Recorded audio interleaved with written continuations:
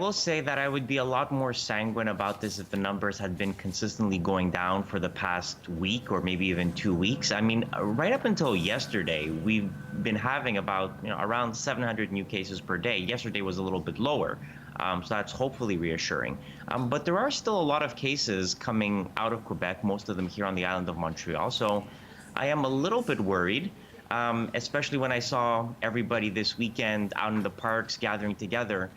I worry that we might start to see a surge of cases again, as we sort of seen in Ontario, where with the loosening restrictions, the number of new cases per day has started to gone up a little bit. So I'm a little bit worried, and I think even though the businesses are open and we're getting back to normal, I think people still need to be a little bit careful because it's going to be very easy to have an uptick of cases.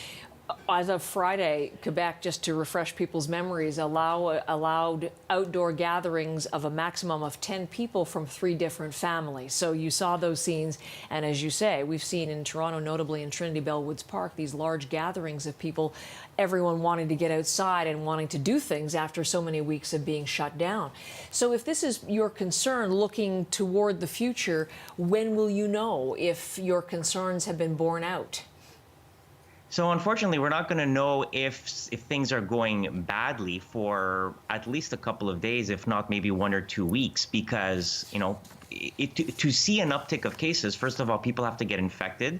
They have to develop symptoms, because if they don't have symptoms, they won't know to get tested. And then they have to go get tested, and then the test results have to come back. So it's going to take a while. We're not going to see an uptick of cases tomorrow or the day after tomorrow. It might only be a week to 2 weeks from now.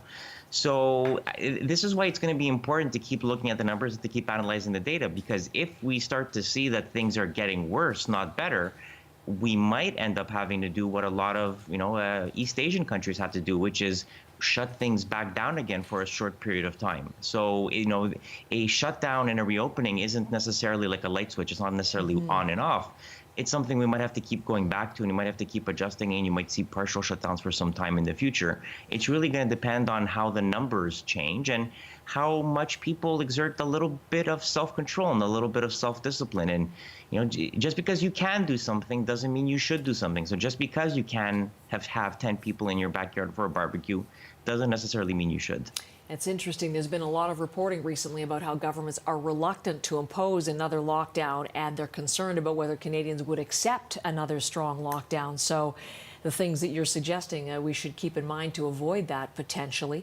You mentioned numbers and you mentioned testing. One thing we did learn is that Saturday, for the very first time, Quebec actually hit its testing number capacity, 14,000, and the Premier was very happy about that.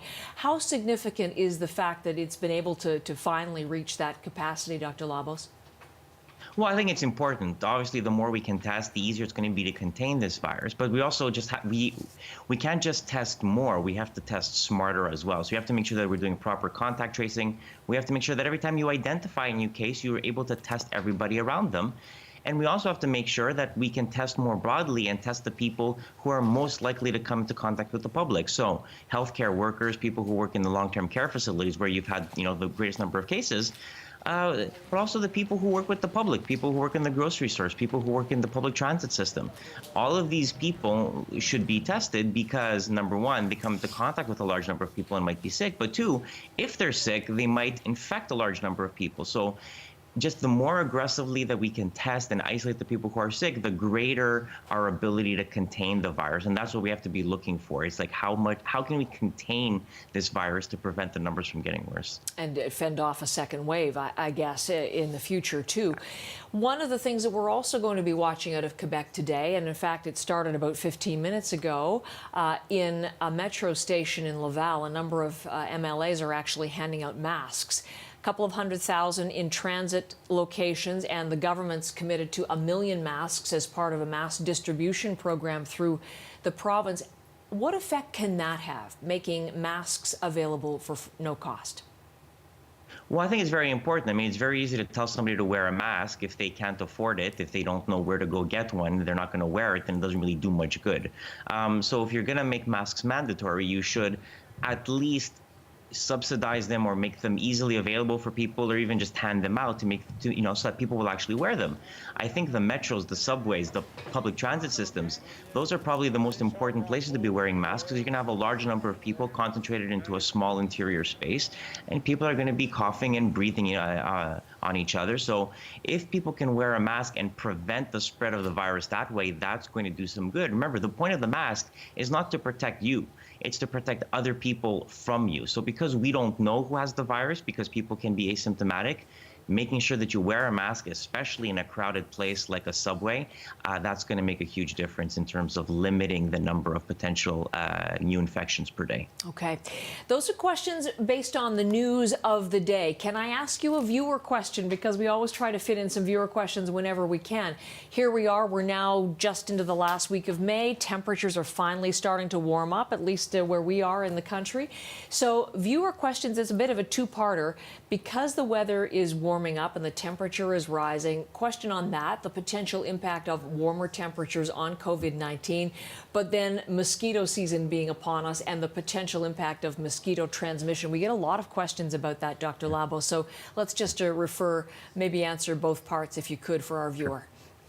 Sure. Not really much fear about mosquitoes, about them transmitting the virus. It's not a bloodborne virus, so mosquitoes are not really a concern. Mosquitoes can carry other diseases, but it doesn't look as if they can carry this.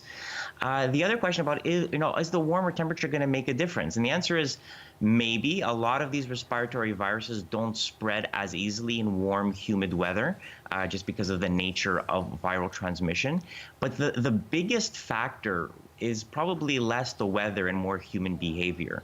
Even in the summer, if people get together into large groups, as we've seen, it's very possible that we're going to see upticks of cases. So the warm weather may play a factor, but quite a few people and people who have done simulation studies on this, the biggest factor is really going to be how much we can maintain our social distancing and how much we can avoid gatherings into large groups.